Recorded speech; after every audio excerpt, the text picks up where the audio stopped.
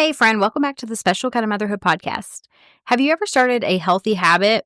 Maybe it was eating better, exercising, or just trying to have better sleep hygiene.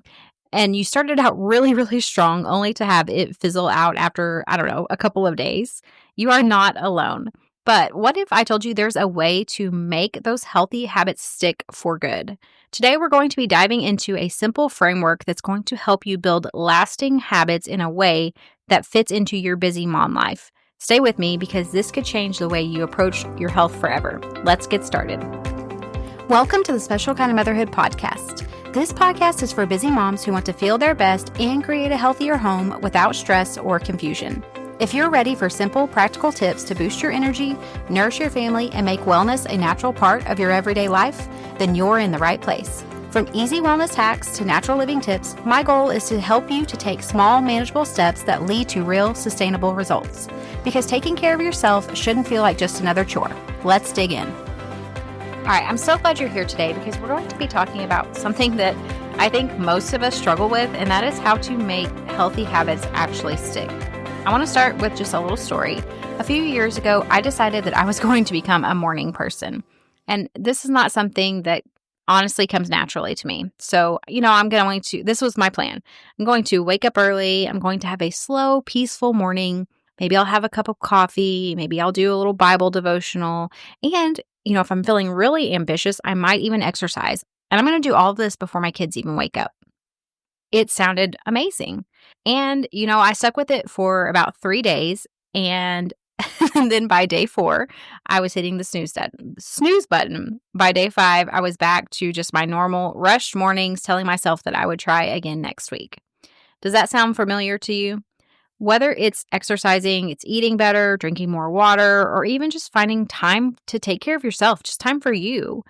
We've all been there where we start strong, then we just struggle to really keep that momentum going. And here's the thing, the problem is not you, and it's not a lack of willpower. The problem is actually the way we approach starting these habits in the first place. So today I'm going to walk you through a simple but powerful framework that I've learned through some of my coaching programs at Precision Nutrition. This framework can help you to build habits that last, and it's called the GSPA framework. So it's goals, skills, practice, and actions. And it is really a game changer. Okay, so let's walk through this. Step 1 is goals. So you're going to set a goal that actually works for you. Most of us are going to start with a vague goal, something like, I want to get healthy, or I want to exercise more. And the problem with these is that they are too vague. A goal needs to be clear, and it also needs to be meaningful to you. So ask yourself, what do I actually want and why? One way I really like to do this is to ask, it's like 5 whys or 7 whys, however you want to do it. So I want to eat healthier. Well, why do I want to do that? Well, because I want to have more energy. Well, why do I want to have more energy? Because I want to play with my kids and be able to spend time with my husband.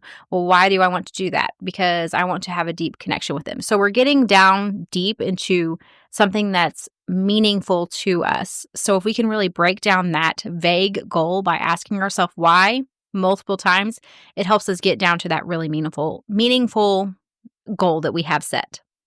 So for example, instead of just saying, I want to eat healthier, maybe your goal is, I want to have a steady energy throughout the day so I can keep up with my kids and then not crash every afternoon. Now, that is a goal that is very specific that you can also connect with on a deeper level. And that's what we're wanting with this step. Okay, step 2 is, so you have your goal. We're starting basically at the top and we're working down. You have your goals, and then now you need to build the skills that you're going to need for that goal. So let's go back to this eating healthier example. Let's say you want steady energy, then you might need to learn how to balance your meals better, like adding in enough protein at breakfast so that you're not getting hungry an hour later. Maybe it's that you need to learn how to plan your meals so that your blood sugar isn't crashing and then creating that mid-afternoon energy crash. Maybe you need to learn some quick and easy meal prep tricks so that you're not grabbing processed snacks during the day. So here's your goal of, I want to eat healthier for sustained energy. The skills you need are going to support that goal. Because the truth is we can't just decide to change overnight because we're not going to stick with that. We need to learn how to equip ourselves with what we actually need in order to accomplish that goal. Okay, so we have our goal. Then we have decided what skills we're going to need in order to accomplish that goal. Then we're going to break it down even further, and we're going to say we're going to create small, repeatable practices. So this is where a lot of people will get stuck. We tend to go, I am this to a T. We go all in at first, working out 5 days a week, cutting out all sugar, trying to wake up at 5 a.m. when normally we get up at 7, and then we just don't stick with it. We burn out. Instead of doing this, we need to start small and build up. And this is where the practices come in. So a practice is something that you're going to repeat over and over in order to build your skill. So it's not about being perfect. It's just about being consistent. So if your goal is to have more energy throughout the day and you're doing this through healthy eating, then the practice might be that you're starting your day. You're just going to focus on breakfast with like I mentioned in a previous episode, is like I focus on 40 grams of protein with breakfast and I eat my vegetable first. So that would be a great practice for me in my goal my goal is to balance my blood sugar. So a personal example for me, I've realized I really have to make sure I'm keeping my blood sugar balanced. So that's my goal. The reason why I don't want afternoon crashes, I don't like feeling like I don't have any energy. I don't like the brain fog because I feel like I'm not able to be present for my kids. The skills I need are that I need to learn how to eat to balance my blood sugar. Well, the practice is going to be, I'm going to wake up in the morning and I'm going to make sure I'm having a good, solid breakfast within an hour of waking up. I want to get my vegetables in first, and then I want to make sure that I have 40 grams of protein and a good, healthy fat with my breakfast as well. So let's say this is you as well. And so the practice that you're going to have, you're not going to start with saying, okay, I have to eat every single meal this way, like every single meal every day of the week. That's not what you're going to do. It's going to be small. So you're just going to say, I'm going to start with breakfast. I'm going to have plenty of whatever amount of protein you decide works best for you 3 times a week. I don't even have to do it every single day. I just have to do it 3 times a week. Doesn't have to be extreme. It's nothing overwhelming. So just set those realistic, doable steps that are going to move you in the right direction. Okay. And then step 4 is going to be to take daily actions that are going to support the habit that you want to have. So finally, this is the very last step, and we're breaking it down even further into daily actions. So these are going to be the tiny choices that you make every day that are going to move you toward your goal.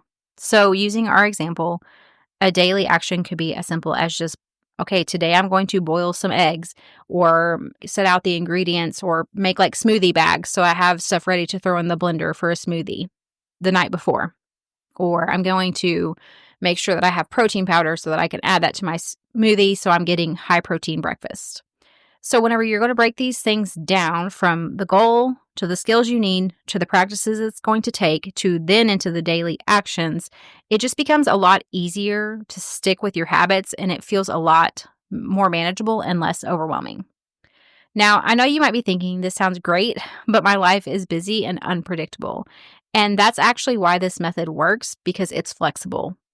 Instead of forcing yourself into a very strict and unrealistic plan, you're going to create habits that are going to fit into your life.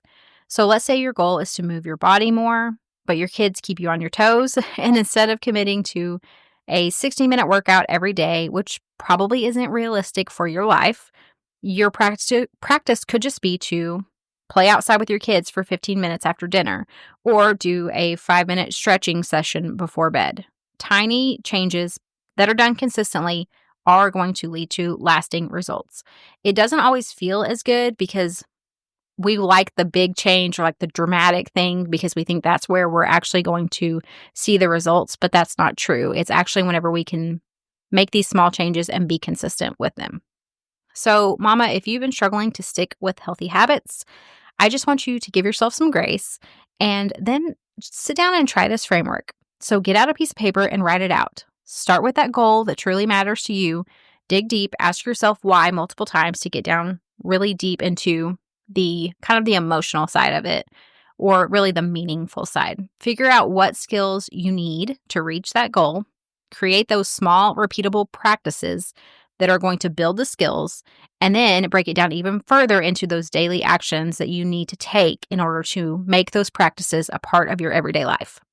And most importantly, just be patient with yourself. Change is not going to happen overnight, but whenever you approach it in a way that actually works with your life, it can happen, and it can happen consistently. I hope this episode gave you some encouragement and also some practical tips to start building habits that are going to last. If you found it helpful, I'd love it if you would share it with another mom who needs to hear this. And don't forget to hit subscribe so you never miss an episode. I hope you guys have a wonderful week, and I'll see you back next time. Hey mama, I hope you enjoyed today's episode. If so, would you take 30 seconds to share this with a friend who is wanting to live more holistically without the overwhelm? Also, don't forget to head over to Apple Podcasts to leave me a review. It blesses and encourages me to know that this show is helping you. All right, friends, it's time for me to go work in the garden and make some homemade bone broth. I will see you back next week.